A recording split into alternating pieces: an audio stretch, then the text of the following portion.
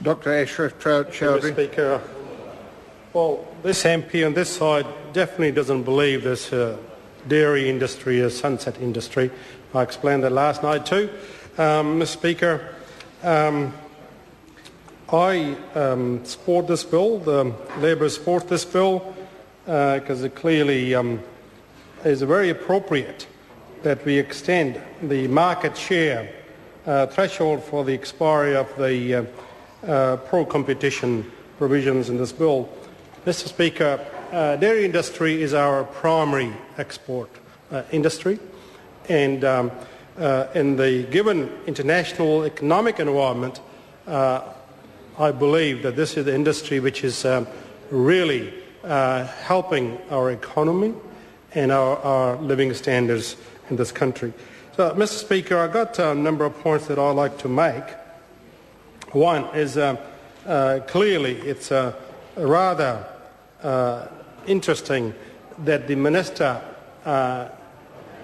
said that after the first reading of this bill, he said that there's going to be a review of DERA. And I wonder why couldn't he wait for this bill after the results of the review were available so he could incorporate some of those results in this bill as well.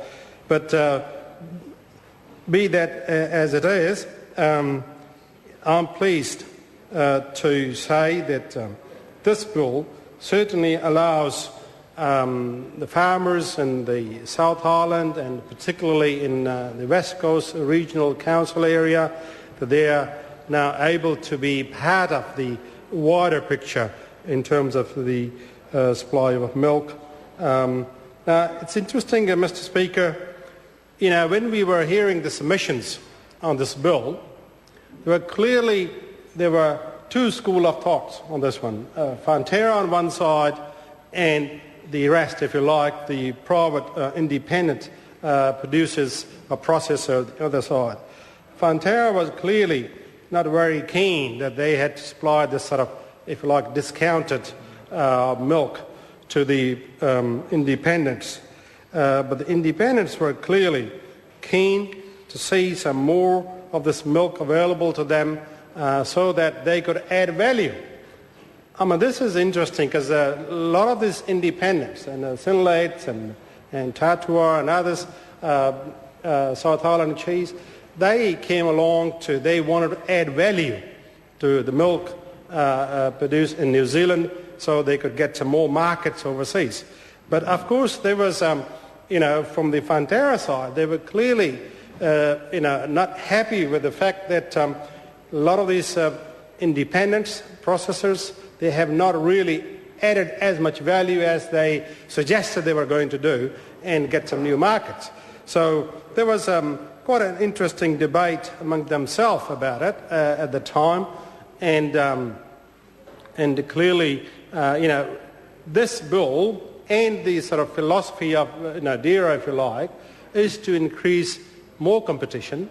So hopefully we can get some more companies, more processors to add value in our overseas markets. As we get to more into markets like China and India and the rest of Asia, I think there will be demand for additional processing, if you like, for niche areas, which I hope that the independent processors will make efforts to do that, because otherwise Fonterra and the farmers are basically saying, well, look, the years of research and development which they have put into developing this industry, and now here come these new processors whose many of them have overseas interest involved in there.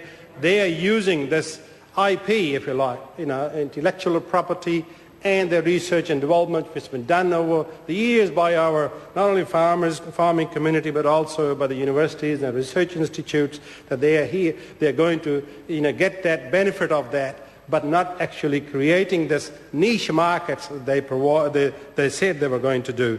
But so that's been an interesting argument, and I think this argument is going to continue among these producers because clearly we want more high-value product to go overseas so we can get more of this milk processed, just like the meat.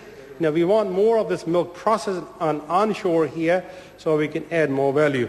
But at the same time, Mr. Speaker, this issue about the price. Now, clearly, when one looks at what's happening in Australia, there's a milk being sold for $1 a litre, and here we are paying $2 or more than $2 a litre in this country, which, again, I hope with this competition, as we increase this sunset clause, as somebody said, change the goalpost, we get some more competition so we can get prices coming down, because the living cost at the moment, particularly the prices going high all the time, and that's not good enough for the consumers who are suffering. Can I also say one thing, Mr. Speaker?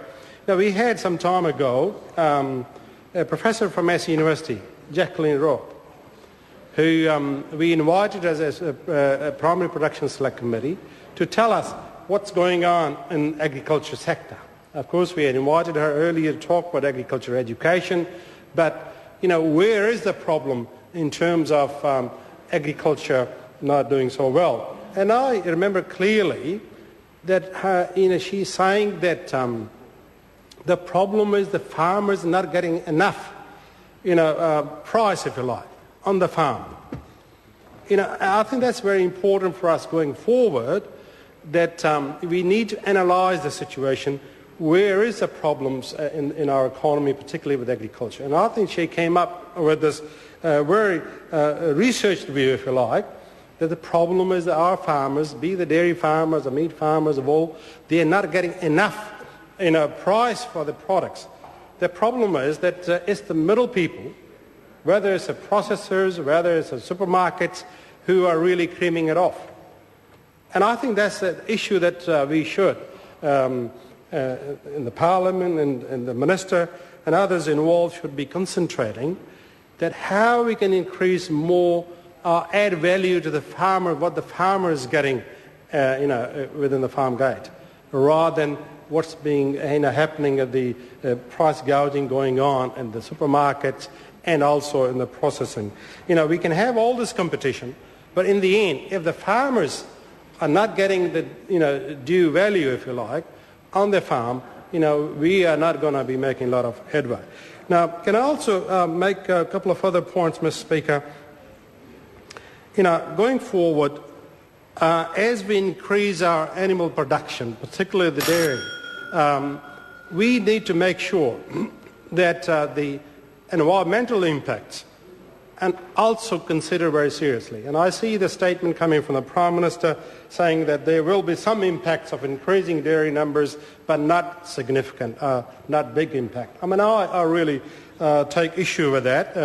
As a scientist, I can say that I can foresee the real problem in terms of eutrophication of our lakes, of our streams, whereas we get more and more of this non-point source pollution, more of nitrates going into, more of solids and pesticides and all these chemicals going into our lakes and rivers and streams, we need to do more research into it. We need to understand the dynamics, because over time, if our rivers, our streams and lakes are more polluted, as we get engaged with overseas buyers, they are going to be, as they come around and have a look at what we're doing, how well we do very well in terms of our dairy industry, in terms of the mechanization, in terms of the, productivity, we do very well.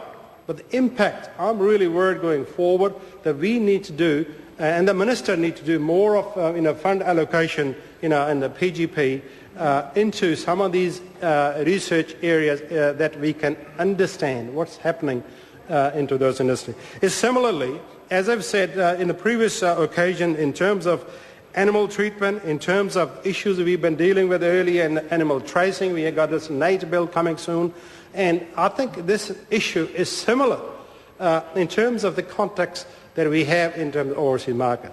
So with those words, can I say, Mr. Speaker, I'm pleased to be able to speak on this bill, and I commend this bill. Thank you.